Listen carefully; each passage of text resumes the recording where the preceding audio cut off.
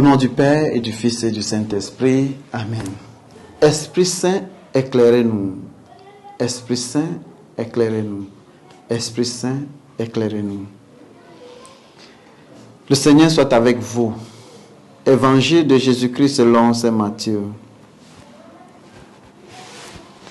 En ce temps-là, en présentant des enfants à Jésus pour qu'il leur impose les mains en priant.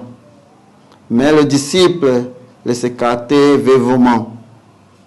Jésus leur dit, laissez les enfants, ne leur empêchez pas de venir à moi, car le royaume des cieux est à ceux qui leur ressemblent. Il leur imposa les mains, puis il partit de là.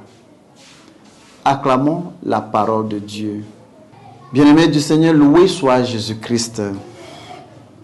Dans l'évangile de Matthieu, l'auteur décrit Jésus dominant les disciples lorsque réprimand les personnes qui amènent des enfants à Jésus.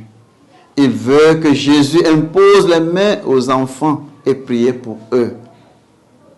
Jésus dit aux disciples de ne pas se mettre en travers du chemin de petits enfants parce que le royaume des cieux appartient à des gens comme eux.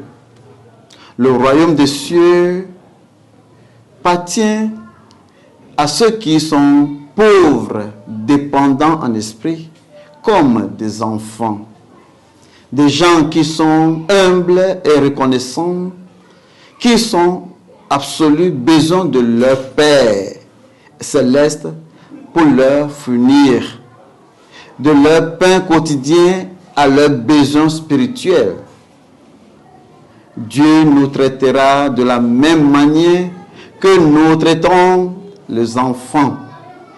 Si nous leur ignorons et leur méprisons, nous n'aurons pas l'occasion que nous aurons pour avoir de servir de son royaume. Mais si nous humilions et prenons le temps et l'intérêt de les écouter, de répondre à leurs besoins, au nom de Jésus, Dieu nous lèvera dans son royaume en nous amenant à servir les autres à son nom. La patience et les efforts que nous prenons pour répondre aux besoins des enfants sont une forme de miséricorde et de grâce. Le plus nous serons patients et gracieux pour répondre à leurs besoins, plus que Dieu sera patient et miséricordieux envers nous. C'est ce que Jésus voulait dire quand il dit, celui qui reçoit un tel enfant en mon nom, c'est à moi qui sera reçu. Soyez bénis au nom du Père, du Fils et du Saint-Esprit. Amen.